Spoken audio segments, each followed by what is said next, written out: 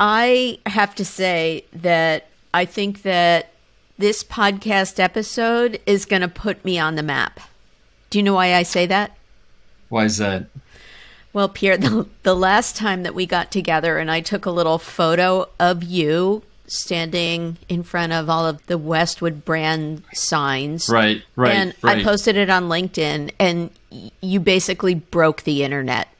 So you are beloved. Well, you know what the thing, though, I do notice, I think what happens is on LinkedIn, a photo really resonates because so much of LinkedIn is just text or articles or studies or decks or whatever. And when there's a photo, it's like it stands out. I appreciate the humility, but I think it's you that stands out. I'm sticking with that. I think you broke the algorithm, Pierre Bouvard. So, anyway, I just want to say, hey, it's E.B. Moss, and this is episode 4 of season 2 of Insider Interviews, where you're going to get the insider scoop on the business of media, marketing, and advertising, and in this case, all things audio research and insights from one of the best in the business, the very beloved Pierre Bouvard. Hello, Pierre. EB, thank you for having me on. You got quite a series going here, so the pressure's on to keep the momentum here. You are the man for the job, and I'm so happy to have you here. We sort of worked together. Did we overlap at Cumulus Westwood 1, or? I don't think we did, but No. your team overlapped, and you absorbed my fabulous team from back in the day. James and Lauren. Yep. Yep, and in particular, Lauren Vetrano, who is now our VP of Advertiser Measurement and Audio Insights, is a gem, Yes, she is. Which nothing would happen in our organization without her leadership. So I am forever in your debt. They always say hire smarter than you. So I was very fortunate when Lauren came to join my team back in the day. And I'm glad that she is with you and you've continued to elevate good talent. We'll talk a little bit about leadership in this and your route to success with that also, Pierre. But right now, jazz hands, it's all about you. So I want to ask you from the get-go. When I joined what is now Cumulus Westwood 1, it was actually Citadel, and then that was acquired by Cumulus, and Cumulus acquired Westwood 1. What do you call it? How do we refer to it? And can you describe the overall company? Sure. So Westwood One is America's largest radio network. It also has one of the leading podcast networks called the Cumulus Media Podcast Network, which is named after our parent company, Cumulus Media. They, in turn, own about 400 or so radio stations in 71 markets around the country. But Westwood is really the national advertising platform for big brands, national advertisers and agencies. Got it. Let's continue on the path of definitions. And although I did work in that space, I'm going to ask you to sort of share some acronyms and definitions. So audio, radio, podcasting, what are the terms? Is it just all audio? How do you refer to that space? So I think the best umbrella term is audio. The best kind of tracking study in the business on this is called share of ear, and it's basically an audio time use study. So underneath audio, you have things like satellite radio, Sirius XM, you have podcasts, you have streaming audio like Pandora and Spotify, and you have terrestrial, AM, FM radio, but it all kind of nicely sits under audio. Excellent. And I don't mean for you to pick your favorite media child, but you've been an evangelizer of radio for a long time. How do you feel about radio, streaming radio, podcasting? Do you have a drug of choice in the audio world? Well, we play in all parts of it. So if you imagine a pie chart, And the pie chart is called American ad-supported audio. So these are the places that marketers and brands can actually buy time. So the AM/FM slice is about a 73 share. So that is the big dog of ad-supported audio. Slice number 2 is podcasting, and that is fast growing, as we all know, and that's about 15% of the share of audio time spent. And then you have 3 players around a 5 share: ad-supported Spotify, ad-supported Pandora, and then ad-supported SiriusXM. So that's kind of the state of play, as of Q4 2022, according to the latest Edison share of ear. Now, inside that AM/FM slice of 74, people often ask, well, how much of American radio listening is occurring through the stream? Historically, it was very small. Like 10 years ago, it might have been 5%. It's now 20%. So what's interesting is that ad-supported AM/FM streaming is actually bigger than ad-supported Pandora and Spotify combined. Say that again. If you just take AM/FM streaming, that slice of time spent, it's actually bigger than ad-supported Pandora and Spotify. Wow. Which blows a lot of people away. Yes. Because they perceive radio as much smaller than it really is. Yep. And what we have done to kind of help the industry is we fielded perception studies with advertiser perceptions and asked national brands and agencies, what do you think the shares are? And then we show share of ear. And there's just a big disconnect between audio perception and reality. And you've been evangelizing that as well, trying to blow up misconceptions for a long time. But let's come back to who you are, what you are, why you are so prolific and profound in this space, Pierre. Those were my 3 Ps: prolific, profound, and Pierre. Lord. You had an extensive past in research in all areas of audio. You want to give us the top line?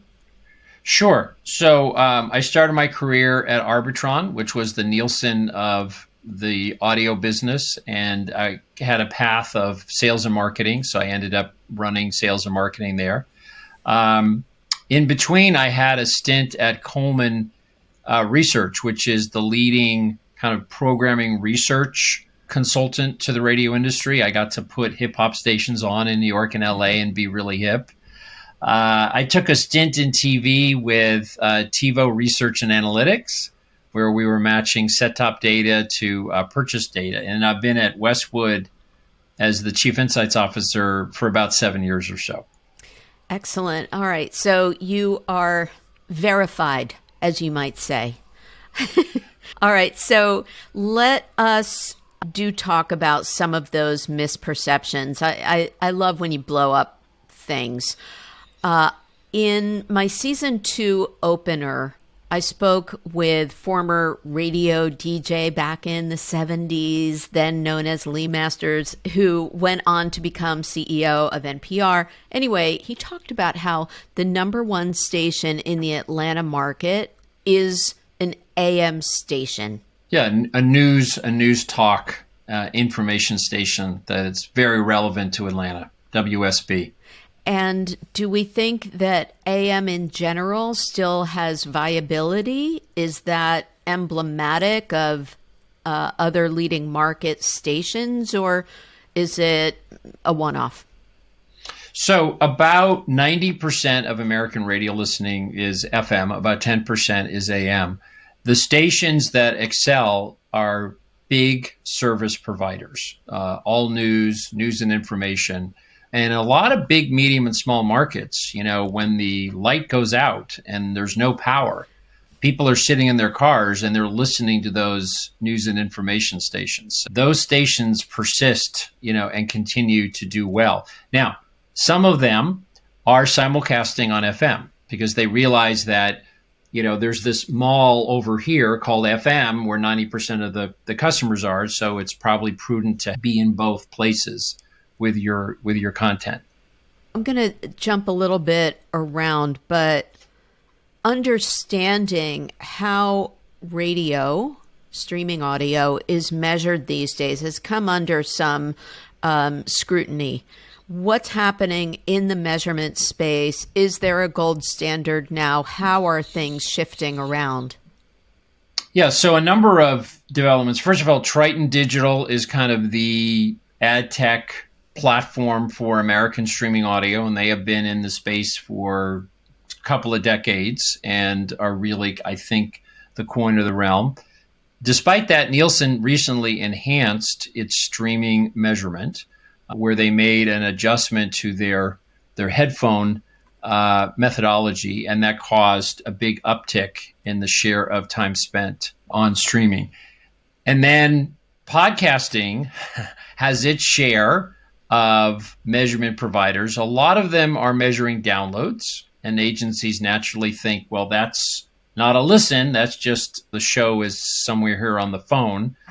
But recently, Edison has kind of burst onto the scene with its podcast metrics study, which was recently endorsed by Nielsen. And Nielsen is now actually marketing this to the advertiser agency community. So I think with Edison coming into the podcast measurement space with actual listening and measuring all platforms, YouTube, Spotify, et cetera, I think at last we kind of have credible measurement for terrestrial, for streaming, and now for podcasting with Edison. Excellent. And I know that folks like Signal Hill Insights are getting into that game too. Do you think we're going to have measurement wars in the podcast space, or there's still, I'll repeat that name, the gold standard? Well, I think when Nielsen selected Edison as kind of their planning tools, both for share of ear and for their podcast metrics, I mean, that's as close to a gold standard, I think, when Nielsen does that as you can get. But remember, these are planning tools. It's kind of like ComScore. They're not necessarily what I would say is currency, because the currency is really the impressions that are served. And did we deliver those impressions, et cetera? But I think the planning tools have gotten a lot better. And I think if there's an advertiser out there watching this saying, well, I'll consider podcasting if and when they get their measurement act together, the headline is the measurement is there. So you jump into the pool, you can now have confidence that there's, very strong planning tools with Edison, share of ear, and podcast metrics. Excellent. I'm glad to hear that. I think that the measurement of insider interviews might be not too challenging, but one can dream. Now that Pierre Bouvard is my guest, I expect miracles in my listens and downloads. Now, it's true, though, that brands have avoided some podcasting because of measurement. But what are the things that we can look at with efficacy around podcasting? Certainly, engagement is key. What are some of the softer metrics? So a couple of things. First of all, for marketers out there, podcasting is under-commercialized. And what I mean by that is only 5% of the average podcast has ads. So your ads stand out. Typical hour TV, 15%, 20% ads. So the ads really stand out. Number two is podcasting was built by direct response brands. Mm-hmm. They tell us they have never seen a medium be able to sell products and services like podcasting. So you can look at that and say, if these DR folks continue to pay these pretty pricey $25 CPMs, they are making money for their clients. And so this medium has significant sales effect. I think the other thing is, you touched on it, it's immersive. Attentiveness studies show that you are leaning in when you have spoken word. It's personal. I selected this podcast. It wasn't just playing in the room and I happened to come into the room. There was an IAB study a couple of years ago that looked at concentration, like how much are you paying attention? And podcasting was number one. It crushed social. It crushed many other media forms. So there's incredible attentiveness. And then last and not least, you have voice reads from talent. Yeah. This is the same person that I respect who's now seamlessly integrating a brand in. I'm going to pay attention to that. It's like a friend making a recommendation. So you've got low commercial environment, high attentiveness, high concentration, very personal. There's a media director, a very famous media director from BBDO named Arnie Semsky. Uh-huh. And at the dawn of cable in the 90s, clients were like doing these little teeny test buys with cable. And he said, enough is enough. And he invented something called the 5% rule. And he said to all his clients, put 5% of your TV budget into this new thing called cable. This is like 30 years ago. And his point was, stop the test and learn.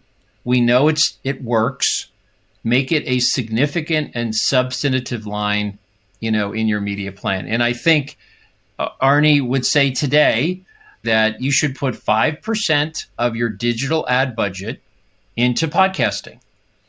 The audience is there. The reach is there. It's time. In fourth quarter, there were 17,000 new advertisers in podcast, according to Magellan. Mm-hmm. They spent an average of $24,000, which is like spray and pray. Right. It's time. Put 5% of your digital, budget into podcast. Put your big person podcast pants on. Yes. Step up to the plate. That's right. The measurement has been solved. The reach is there. The scale is there. Yes. All right. Now, these were always fascinating to me. Brand lift studies, the impact of, not just a holistic or omnichannel approach, but the actual impact of adding one medium to your buy that sort of raises all boats. Can you talk about those kinds of studies, brand lift, sales effect, et cetera? Sure. So the Advertising Research Foundation did a major study in 2016, how advertising works. And they conclusively proved that the more media that's in your plan drives up ROI. And the World Advertising Research Center recently found the same thing. So even at the same budget, adding media definitely drives up impact. So you can measure sales effect in radio by matching Nielsen meters to credit card or consumer packaged goods grocer shopper card data. Nielsen has done that dozens and dozens of times. So you can say, here are the people that were actually exposed to the radio campaign. Here are the people that were not exposed. And then let's look at the lift in sales directly attributable to the radio campaign. For brand lift, for digital audio, there are companies like Upwave, where you can pixel the ad in the ad server for streaming or for podcast. And same thing. What was the brand equity among those that were exposed? What's the brand equity among those unexposed? And what's the lift? Lastly, you can prove site and search attribution. Did the radio ad drive traffic to the website? Did the streaming ad or did the podcast ad drive traffic to the website? So brands can have confidence that basically all of the measurement that you're accustomed to in video, in digital, can be executed in audio. So audio, yes, your audio campaign can be measured. There is a big component of the impact of those ads when it comes down to good creative. We talk about TV having sight, sound, and motion. Is there still a perception that TV is more impactful, more effective? What are we seeing there? So if there's a brand that has a visual component, quick service restaurant with a sizzling burger, shampoo, hair care, automotive, there definitely is a lingering perception that sight, sound, and motion trumps audio only.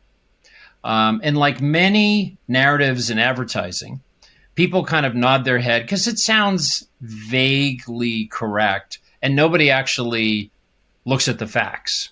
And so recently, one of the leading creative testing companies, ABX, launched a major study. They looked at literally 40,000 ads across video, digital, audio, et cetera. And what they looked at was 10,000 TV ads and about 2,700 radio ads. And what they found across all these categories is that audio ads perform at 92% of the effectiveness of a TV ad at 1/4 the CPM. Really? So basically you're getting just about the same creative effectiveness at a much cheaper CPM. So again, these are narratives that have been in the industry that nobody ever actually studied. So the data is coming in. Now, Nielsen has also studied this phenomenon called eyes on glass, which is, okay, you have your beautiful visual TV ad. When TV ads come on, what percent of the time are people actually have eyes on glass? And Nielsen found that 39% of the time, when the ad comes on, people are eyes on glass. So sight, sound, and motion, hurrah. But 40% of the time, when the ad comes on, people's eyes are looking at this. So 40% of the time, your TV ad is a radio ad. The other 20% of the time, your TV ads are playing to an empty room. So the reality is sight, sound, and motion is rarely achieved in TV, only about 40% of the time. And just as often, your TV ad is a radio ad that people hear, but they don't see. Mm-hmm. And of course, I am fond of talking about two things. One is the theater of the mind, which we always described radio, audio, podcasting as delivering. Even audio books, you want to hear, you want to envision what the character looks like in your own mind, etc. So the other part is that I'm always listening to audio when I'm washing the dishes or walking New York City streets or what have you. And as Bette Midler would say, I said walk in the streets, not work in the streets. Anyway, I digress. But think about that visual of Bette Midler now, right? And there was an actual neuroscience study that was conducted directly to this point. So half the folks were exposed to the Game of Thrones TV show. Mm-hmm. The other half were exposed to the Game of Thrones audiobook. And they had sensors placed on their palms to measure sweat, to measure heart rate. These are all unconscious signs of engagement. How much are you concentrating? How engaged in the story you are? And decisively, the audiobook for Game of Thrones had much more concentration and engagement than the TV show. And why is that? In the TV show, everything is in front of you. Nothing is left to the imagination. So you don't actually have to imagine the dragon or imagine the visual of what's happening. And so it's for that reason that actually visuals, and what ABX found is that 48% of the time, the scores for radio effectiveness are greater than TV. That half the time, radio ads actually outperform TV for this very point, that a good audio ad engages the consumer and they imagine what's happening, and that leads to greater concentration. For those who are listening to this podcast as opposed to, I also share now the YouTube version of it. If you're not watching it, Pierre has a foot-long red beard. It's amazing, and it's braided. Or not. Yay. But back to the power of sound. Our friend Steve Keller over at SiriusXM is famous for creating sonic brands, sonic logos. Let's talk about best practices for the use of sound. I know you've touched a lot of different areas, Pierre, so even though you're the insights guy, I know that you have opinions on creative. No question. Well, the first thing that everyone in media kind of overlooks is that creative trumps media. A major Nielsen study conducted by Leslie Wood, 500 brands, found that nearly 50% of sales effect is due to the creative. About a third is due to media. So we can talk about targeting and all sorts of stuff like that, but the creative really is what drives sales effect. So Therefore, it's critical to pre-test your audio. And one of the leading creative testing companies, Veritonic, has done a lot of work around creative effectiveness of sonic brands and sonic logos or audio logos. And they basically have developed two very simple best practices. And the first one is say the name of the brand in the audio logo. You know, if you think about most visual logos for a company have the name of the brand. You know, it says who they are. It's not just some logo, there's actually the name. Their data says that if your name is actually in your audio logo, you get 7 times correct brand association. Now, as simple as that sounds, there are a lot of audio logos out there. Now, everyone talks about, oh, Intel, right? Oh, that's such a great audio logo. When Veritonic played that Intel audio series of notes to people, only 13% of Americans correctly associated that to Intel, which, considering the billions of dollars and the decades and decades that that thing has been exposed, it shows you that that was marketing malpractice, the fact that they didn't have their name in the audio logo. Great examples, Liberty Mutual. Not only do they say their name, but they sing it 4 times. O'Reilly, Liberty. Auto Parts, Nationwide is on your side. So best practice number 1, say your brand. Best practice number 2, melody. Melodies can be rememberable, right?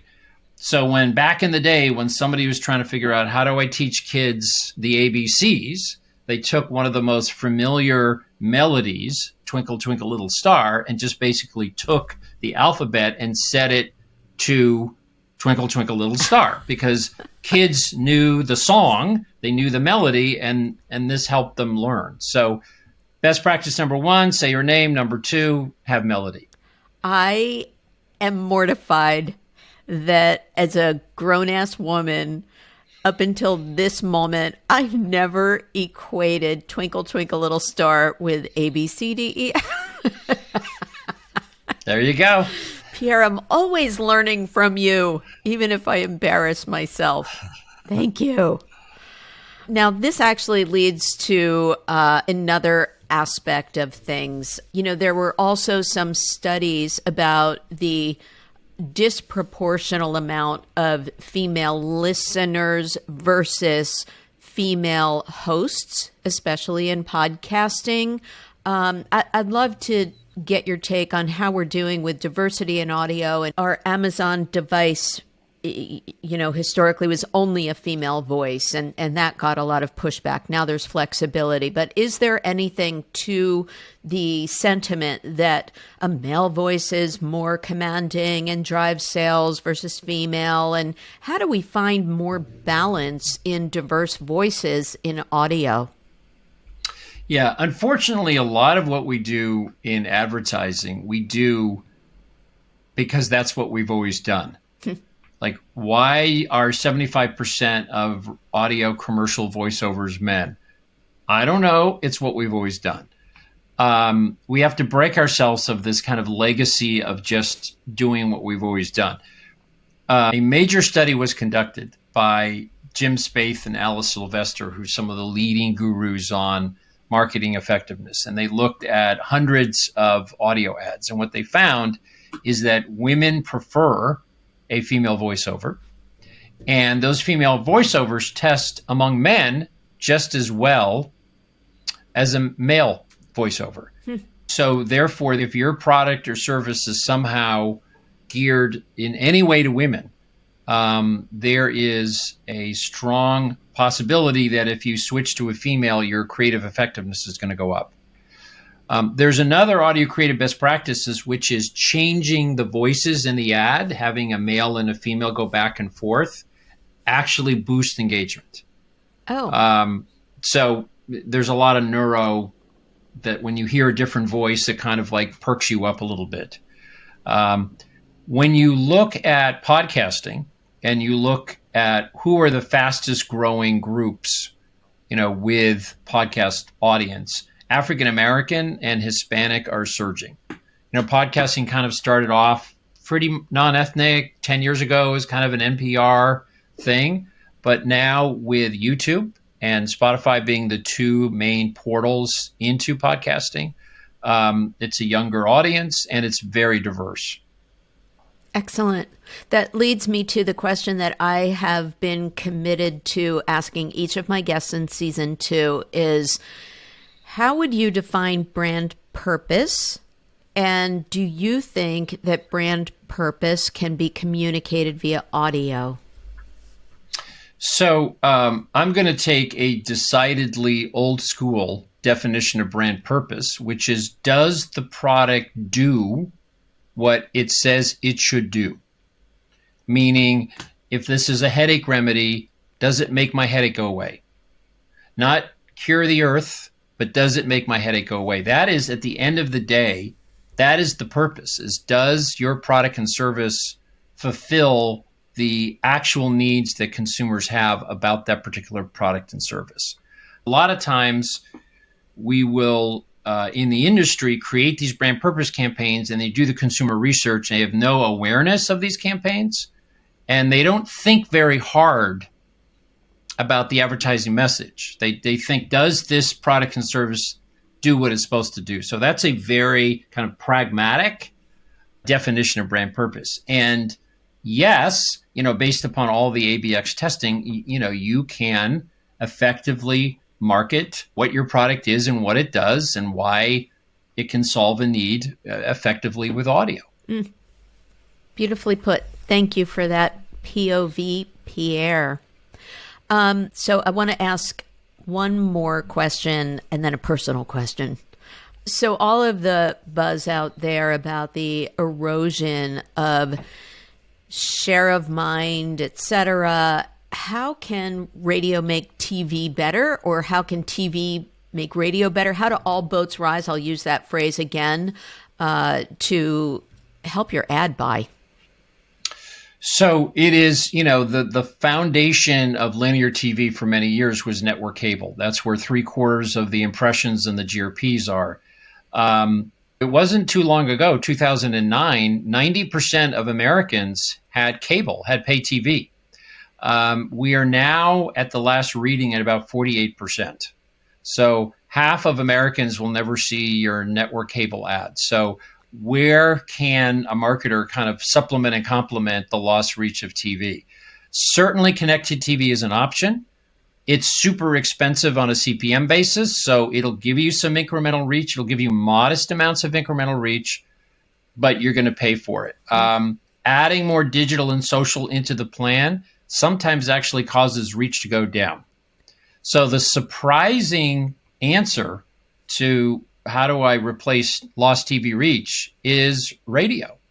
If you sit down in front of Nielsen Media Impact, which is their optimization and planning tool, and you just run some scenarios and say, okay, what if I took 20% of my linear TV buy and shifted it into radio?